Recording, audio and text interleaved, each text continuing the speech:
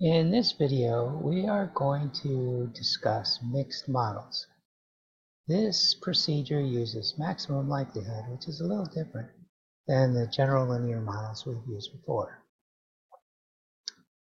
Our data set this time is going to be a longitudinal vision data set, and we're going to look at visit over time. Now, these people were seen annually, children, and we're going to look at their axial length growth over time as a function of their last refractive status. Now, when they all started, they didn't have myopia. Some of them then became myopic, and others became emmetropic or stayed emmetropic, and others stayed hyperopic. Now, one thing we notice that's different from our general linear models with repeated measures, as in Eddie's data, is that we had axial length at baseline, year 1, 2, 3, 4, and 5, going across here.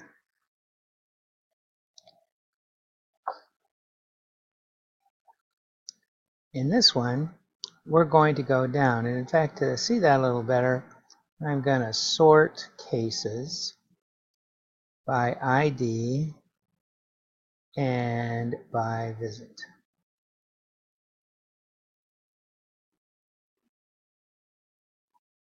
And when we look at this,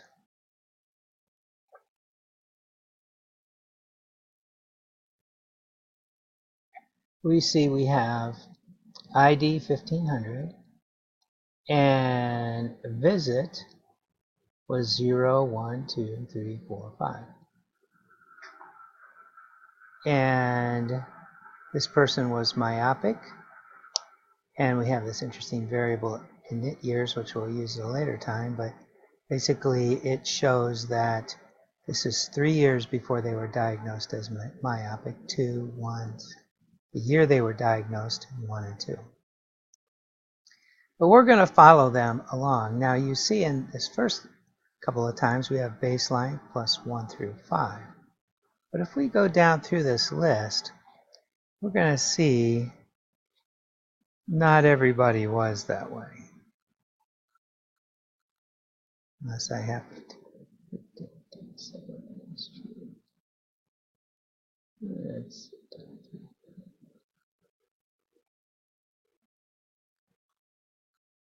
Okay. Well, it looks like I have previously filled. Oh, here's one. 0, 1, 2, 3, 4. No year 5.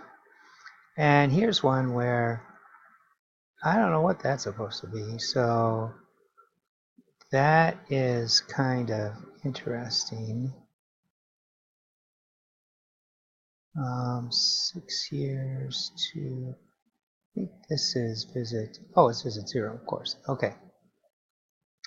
So it's a vertical rather than a horizontal setup.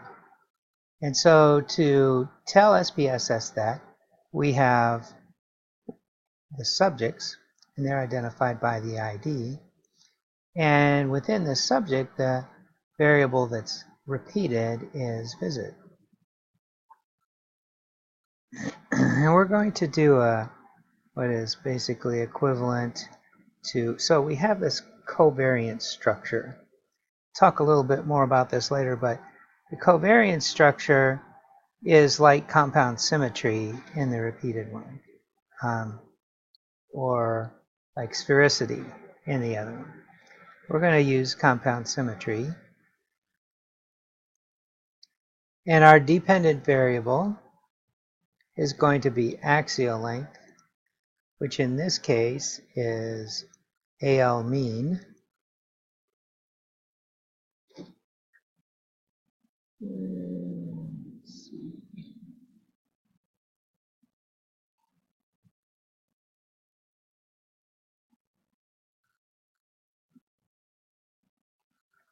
And the factor, well, we're going to have two factors. One factor is going to be year, and the other factor, oops, oh shoot,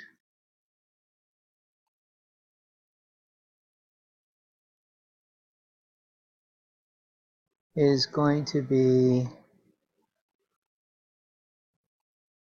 last refractive status.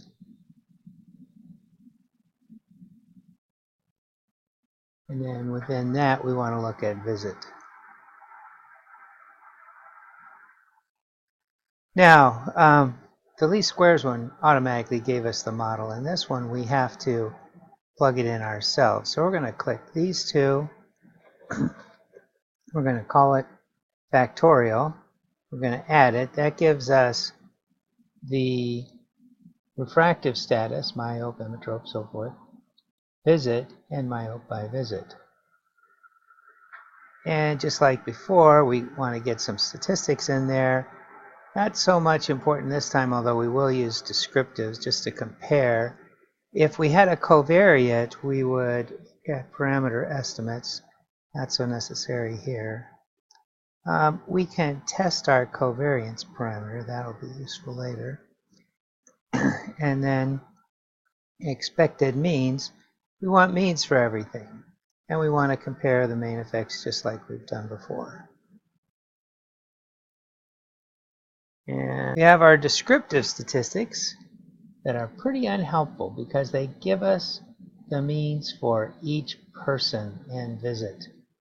So we don't really want that. It takes up so much space. I am going to delete that now before we go further. So don't do descriptives, at least within the context of this model. Now our model has 5 levels, as we said, last ref status 5.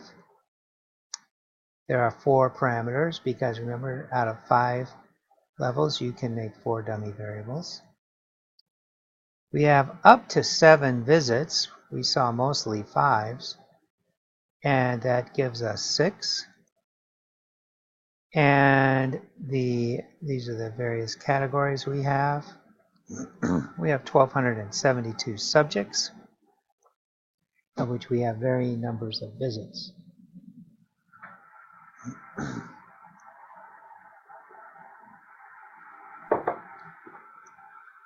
This is our log likelihood measure. These are of very little use to us unless we're comparing 2 models where we change a parameter and then we can do a chi-square of this over the next one and see if we've accounted for any more variable based on the size of the chi-square. This is our typical source table, though you won't see least square means here. You don't see sums of squares, mean square error. There is no such thing here. Maximum likelihood looks at maximizing the joint probability of this whole giant model, which has 1,272 subjects that it has to fit data point by data point, a model for each one using this model right here. So you think about how that model is written. You plug in all the numbers for each subject, and now your job is to reproduce that and get parameter estimates. We used compound symmetry. This is our pooled estimate. This is equivalent to the least squares means from the analysis of variance. So let's start our